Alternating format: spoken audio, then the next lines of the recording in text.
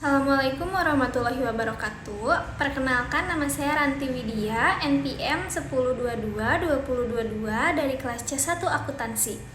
Di sini saya akan membahas hasil rangkuman dari metode pengembangan sistem akuntansi di pertemuan kedua. Yang pertama ada metodologi pengembangan sistem. Metodologi pengembangan sistem adalah langkah-langkah yang dilalui oleh analisis sistem dalam mengembangkan sistem informasi. Adapun 3 tahap pengembangan sistem informasi.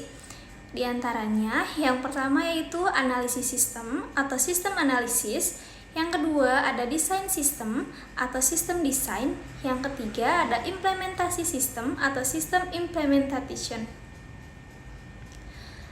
Selanjutnya di sini ada analisis sistem dibagi jadi 4. Yang pertama ada analisis pendahuluan atau preliminary analysis. Jika perusahaan memiliki departemen sistem informasi, pekerjaan pengembangan sistem akuntansi dalam perusahaan tersebut umumnya didahului dengan diterimanya permintaan jasa pengembangan sistem informasi dari pemakai informasi kepada analisis sistem dalam departemen tersebut.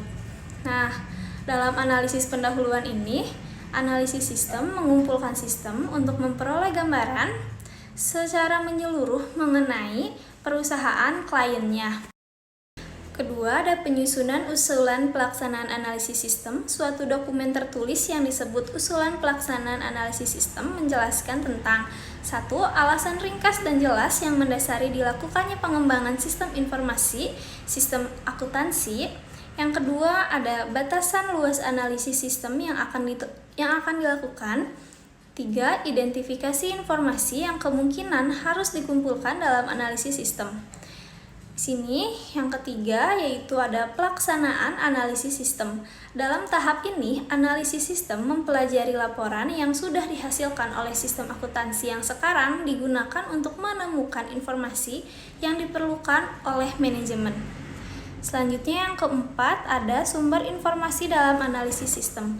Dalam analisis sistem, sumber informasi untuk pengembangan sistem akuntansi 1, sistem akuntansi yang sekarang digunakan. 2, sumber dari dalam perusahaan yang lain. Ketiga, sumber-sumber luar. Nah, di slide selanjutnya itu ada desain sistem. Desain sistem adalah proses penerjemahan kebutuhan pemakai informasi ke dalam alternatif rancangan sistem informasi yang diajukan kepada pemakai informasi untuk dipertimbangkan. Selanjutnya ada implementasi sistem, pendidikan dan pelatihan pemakai informasi, pelatihan dan koordinasi teknisi yang akan menjalankan sistem, pengujian sistem yang baru, dan pengubahan yang dilakukan untuk membuat sistem informasi yang telah dirancang menjadi dapat dilaksanakan secara operasional. Terus ada evaluasi sistem. Analisis sistem menentukan persyaratan yang harus dipenuhi oleh blok teknologi dalam menjalankan sistem informasi yang dirancang dan memilih penjual teknologi yang memiliki kemampuan untuk memenuhi persyaratan yang dituntut oleh sistem informasi. Adapun selanjutnya itu dari manfaat dari penggunaan bagan alir. Penggunaan bagan alir lebih bermanfaat dibandingkan dengan uraian tulisan dalam menggambarkan suatu sistem. Gambaran sistem secara menyeluruh lebih mudah diperoleh dengan menggunakan bagan alir. Perubahan sistem lebih mudah digambarkan dengan menggunakan bagan alir. Kelemahan-kelemahan dalam bidang yang memerlukan perbaikan lebih mudah ditemukan dengan bagan alir. Dokumentasi sistem akuntansi dilakukan dengan menggunakan bagan alir. Selanjutnya ada simbol bagan alir dokumen. Simbol bagan alir yang pertama ada flow direction symbol, yaitu simbol yang digunakan untuk menghubungkan antara simbol yang satu dengan simbol yang lain. Simbol ini disebut juga connecting line. Terus ada terminator symbol, yaitu simbol untuk permulaan start atau akhir stop dari suatu kegiatan. Selanjutnya ada connector symbol, yaitu simbol untuk keluar masuk atau penyambungan proses dalam lembar atau halaman yang sama. Ada konektor simbol juga, cuman berbeda bentuk. Yang pertama konektor simbolnya itu berbentuk lingkaran, yang kedua itu seperti dasi, yaitu simbol untuk masuk keluar penyambung proses yang pada lembar halaman yang berbeda. Ada processing simbol, simbol yang menunjukkan pengolahan yang dilakukan oleh komputer. Ada simbol manual operator, simbol yang menunjukkan pengolahan yang tidak dilakukan oleh komputer. Ada simbol decision, simbol pemilihan proses berdasarkan kondisi yang ada. Simbol input-output, simbol yang menyatakan proses input dan output tanpa bergantung dengan jenis peralatan.